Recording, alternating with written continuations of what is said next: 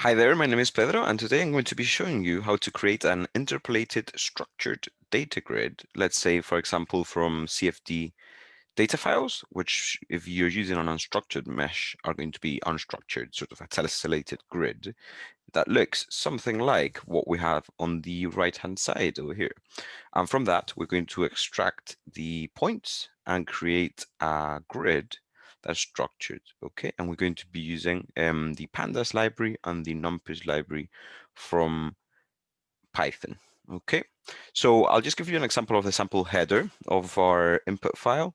So we'll have something like we have points 0, 1, and 2. So those are X, Y, and Z coordinates. And then we have U, U1, U2, and maybe whatever other fields you're using. So for example, we have a field here called Q criterion. So what we want to do, we want to extract points 0, 1, and 2, create a grid from them. And in this case, I'm going to be working in 2D. So we're going to discard points 2. Okay, but similarly, you could do this in 3D if you wanted to. Okay, so let's give it a start. I'll delete this here. Okay, so first thing, we have to import the libraries we're going to be using. So we're going to import pandas as PD, and then we're going to import numpy as np. We're also going to be using the SciPy library, and from it, we're going to import from SciPy import interpolate. Okay, so then this is our interpolation function that we're going to be using. Now, I quite like to use some prompts, so I know that my code is doing something. So I'm going to import display, and you'll see later on what we're going to be using it for. Okay, and import OS. So the OS package gives you access to the current working directory. So if you're doing this in a Jupyter notebook, the current working directory is going to be the same directory as this file is located in. Okay, so that's very handy when we're working with when we're going to be referencing our other file paths later on. Okay, so what I'm going to do is we're going to be repeating this process for a few frames. Okay, so let's say you have a dynamic problem, it's evolving in time, and you have a ton of these files. So let's say, for example, I have 400 of these. Okay, so I have 400 of these files, and I want to do this for 400 files. Okay, so what I'll do is first I'll say I have an initial frame. So this is just my counter that we're going to be iterating through the files. And as a test, we're just going to do it for one file here, okay? Frame step equals 1. Okay, so we've done that. Okay, now we're going to be doing this for a ton of files. Now you could probably do this recursively, but I am an engineer, so I quite like for loops. So let's use the for loop, okay? For I in range, okay, so we're going to do this from my initial frame. I'm going to be ending in my final frame plus frame step. Okay, so this is because if you don't add that frame step at the end, it'll stop at just one frame before it. Okay, and we don't want that. And finally, frame step. So your initial frame, your final frame, and then you have your step. Okay, and what Python is going to do when it reads I in range is going to iterate through all the different values between this value and that value, and using the step size. Okay, so next step, we have to import our files. Okay, so I'm going to actually I'll copy this from another file to be a bit quicker. But yeah, again, what you'll do here is you'll have your input file paths and your output file paths. The most important part here for you to learn about is if you use the OS packet, the OS library in Python, what you can do is this os.get current working directory. Okay, and you can get the current working directory, and in this case it doesn't work like this for every compiler, okay, but just so be aware of that. Sometimes it references where your Python is built, so the file path of your Python, but in this case in Jupyter, how it works when you use OS, it gives you the path that this file, my structured grid file, is in. Okay, so now I'm just quickly going to copy this to be a bit quicker. So this is just the name of where I'm storing all my velocity files. And this is just the name of the output files I want. Okay, so same gist. Okay, so in this case, what you'll have is something that looks like this. Okay, so I'll just quickly show you. So let me just crack this folder open.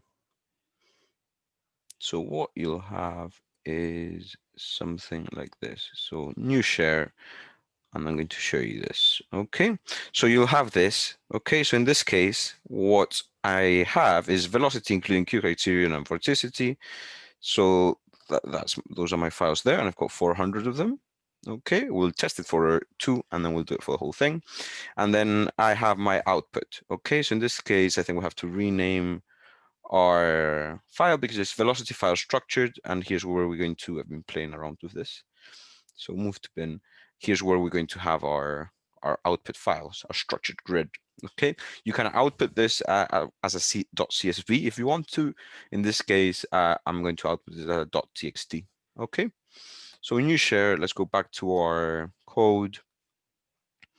Okay, so our code just over here. Okay, so we're going to, for each step in this loop, we're going to import a file with all of our data that looks something like this.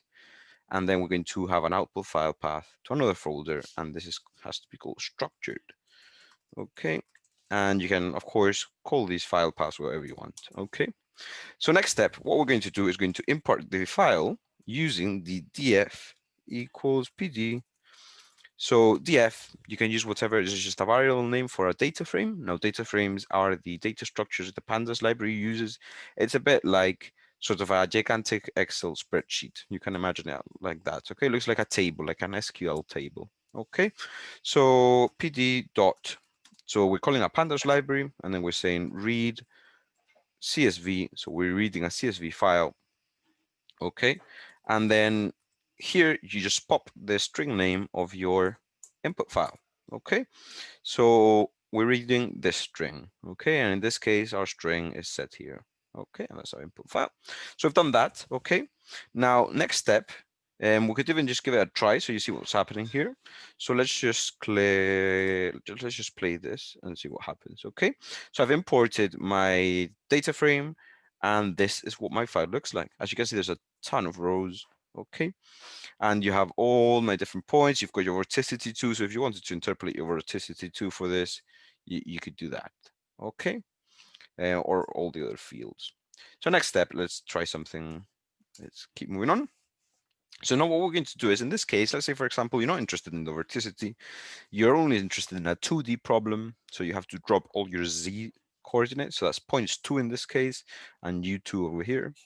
And you only want to keep your points and your velocities. Okay, let's say we want to do that. Okay, so what I could do is I could use the df.drop. Okay, so what this does is drop the columns you're not interested in. Okay, how do I tell it it's a column? I just say axis equals 1. Okay, so that means drop columns. If you want to drop rows, you could say axis is equal to 0. Okay, now for the sake of being a bit quicker, I'm just going to copy this. But basically what you need to jot here is just the names of those columns, the labels of those columns, okay? Which in this case, as you can see, if they were on the header of the file, when we use the df.readCSV, they automatically get read by the pandas. That happens in the backend, and we automatically just get a ton of columns with these field names, okay? So we've dropped all of those points we're not interested in. Okay, now what we need to do is we're going to rename our columns. So let's say we want to call our columns equals okie dokie. Okay, so we are going to rename our columns, and I have to put the old name and the new name I'm mapping onto that old field name or onto that old label. Okay, so let's say, for example, I have 0.0 over here. Okay, what 0.0 means, 0.0 is actually my x coordinate. Okay, so I want to map that onto x. So what I do is I do 0.0 and I want to map that onto X. Okay.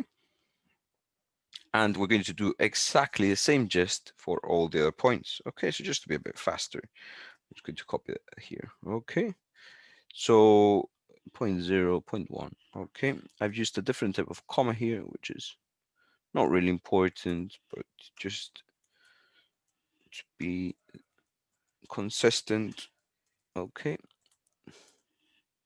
there we go. Okay, so columns equals old column name, new column name, and then comma, and however many times you want to do this, renaming your columns. Okay, so we've done that.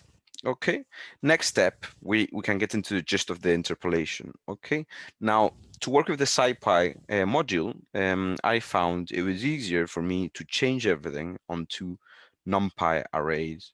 Okay, so what I'll do is I'll extract those columns and change them to Numpy arrays. Okay, so what I'm going to do is I'm just going to say that X equals df. Now I'll write my column name, so that's X, right? Dot to underscore numpy. Okay, and you can do the same thing with your Y, so that's df Y to underscore numpy. Okay, and just to be a bit quicker, same gist for U and V. Okay, so I'll just copy this and we have it. Okay. So we've changed all of our X, Y, U, and V columns from our data frame. We're extracting them and we change them to numpy arrays. Okay, so let's just give it a try to see what happens here. So as you can see, we've renamed our columns from a data frame, and I've also now extracted, I've got an array with my X values, Y values, etc. Okay, so we've done that. Okay, and now we're very close to be done. We need to create our grid. So in this case, let's say you want to create your grid between certain points. Okay, and you have to sort of create this grid and mesh it in Python. Okay, so we need to create a structured grid. Okay, so in this case, let's say, for example, I want to do X grid equals, now X grid is just a variable name, and I'm creating the X coordinates of my grid. And I'm going to be using values between, let's say, minus 0.2, and the maximum value is 0.2, and 150 is the number of points that you want in between. Okay, so np.linspace is a bit different to in range. You have your initial value, you have your final value, and then you have your resolution, how many points you want in between those two values. Okay, so same gist we're going to be doing for our Y grid. Okay, and let's use the same values just to be a bit quicker. Y grid equals the same thing. Okay, and now let's mesh it. Okay, so xx comma yy equals np dot mesh grid x grid comma y grid. Okay, so we've meshed the grid. Okay, now what I'm going to do now is I'm going to create an array with the points, and I'm going to call it points. Okay, so this array is going to have two columns. One of the columns is going to be your X coordinates, just a list, and your Y coordinates and the list. Okay, so I'm going to be using np.transpose, and I'm going to stack them. So I'm going to np.vstack. Okay, so vstack is just appending, and you merge the two like this. Okay, so you get one column, and you put them together. In this case, they're rows, and I want to change them to columns. That's why I'm using a transpose. Okay, but you could alternatively just skip the step and do an H stack. I think that would work just fine too. Okay, np.vstack, and then I have my X comma Y. Okay, so I'm creating a joint matrix with my X and Y points. Okay, so I've done that. Now, this is where the interpolation happens. Okay, now I'm going to use U underscore interp, and this is just a variable name to call my interpolated U, my interpolated velocity in the X component. Okay, so I use the interpolate function from SciPy, and that's interpolate.gridData. Okay, and I'm using my points. So this is just my X and Y points. Then I need the values I'm trying to interpolate. So this is my U, my input velocity, which is unstructured right now. and then I add my meshed grid, XX, comma, YY. And now the method here, you can choose a few. Okay, I've been using cubic, but you could use, for example, linear if you wanted to. Okay, well, just pop cubic over here. Okay, and exactly the same thing, but with your V. Okay, so I'm just going to copy this and be very careful when you're copying code. It's a very bad idea usually to copy code because you're always going to get a ton of bugs showing up everywhere. Okay, so we've done that. Okay, we've created our new interpolated velocity, and now the only thing we have to do, reconstruct all of this and import it back, export it to our output file. Okay, now I'm just going to click play here so you can see what's happening, and we can see, for example, let's look at our points first. So we'll run this, it's running the interpolation, that's why it's a bit slower. And as you can see here, have our array, okay, with our points. Now, if we look at uinterp,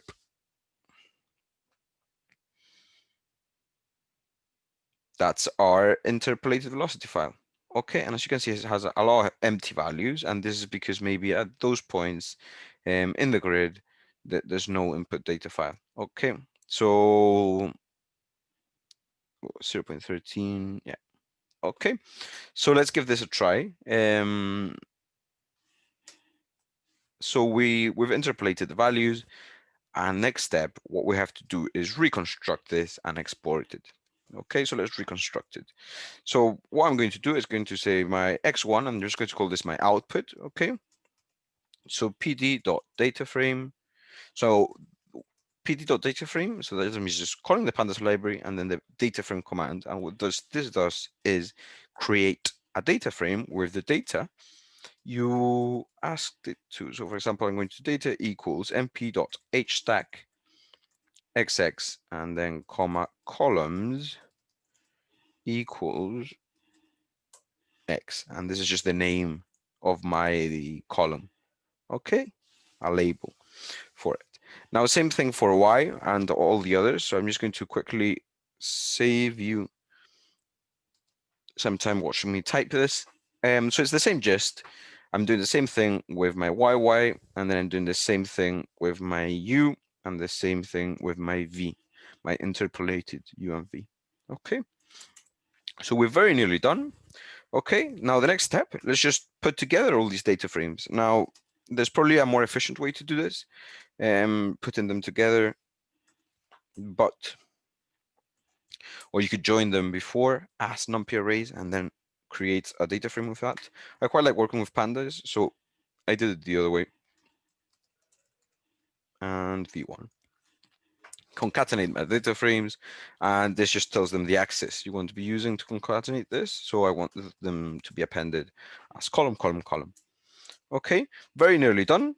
Okay, now what I'm going to do is, if you remember when we meshed this, so I'm just going to click do x1, for example. Let's see what happens.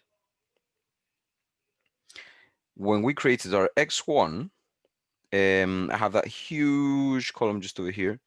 Okay, now I want to make sure there's no duplicates in this file. So what I'm going to do is df equal df.drop underscore duplicates. Okay, and the ones I'm interested is in X and Y. Okay, this step might be unnecessary. If you think this is necessary, do say so in the comments and tell me why. So we've done that. Okay, and then the next step, the requirements of the project I was using this for. I needed the values to be sorted. Okay, so I'm going to use the sort values command, which is very useful in pandas, and you can tell it. So first, I'm going to ask it to sort it by by X, and then by Y. So what I'll do, I'll just sort them by X, and then inside each bunch, it'll sort all the Y values. Okay. So you can think about this like, let's sort by name and then by surname. Okay, something like that. Okay, so I've done that. And what this should yield is something that looks like this. So as you can see here, they're sorted by X and by Y. Okay, so I've got my y1, y1, y1, y2, y2, y2, x1, x2, x3, etc.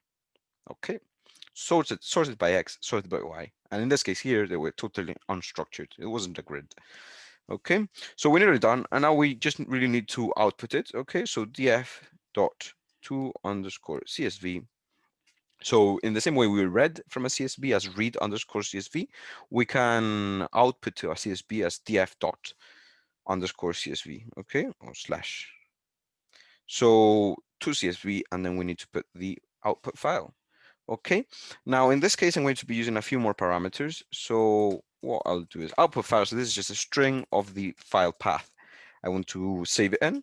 Now sep is the separator. So what separator do you want to use in your CSV? I just want a space, and then index equals false. So index is 0, 1, 2, 3. Like you can see in this data frame just over here, we don't want that index. That's like your row number.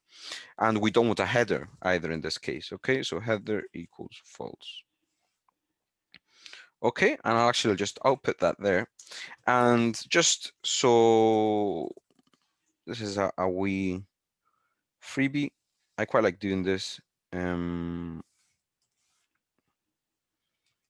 So I'll just copy this. So print processing, it tells us the frame it's in. This takes a while, so you can stare at something whilst you wait it. And then just clear output, weight is equal to true. This just doesn't clear the output until it changes. Okay, so that means that you don't get a ton of different rows. It's saying processing, processing, processing. Okay, I'll comment this out so you see what I mean, and then we can give it a run. Okay.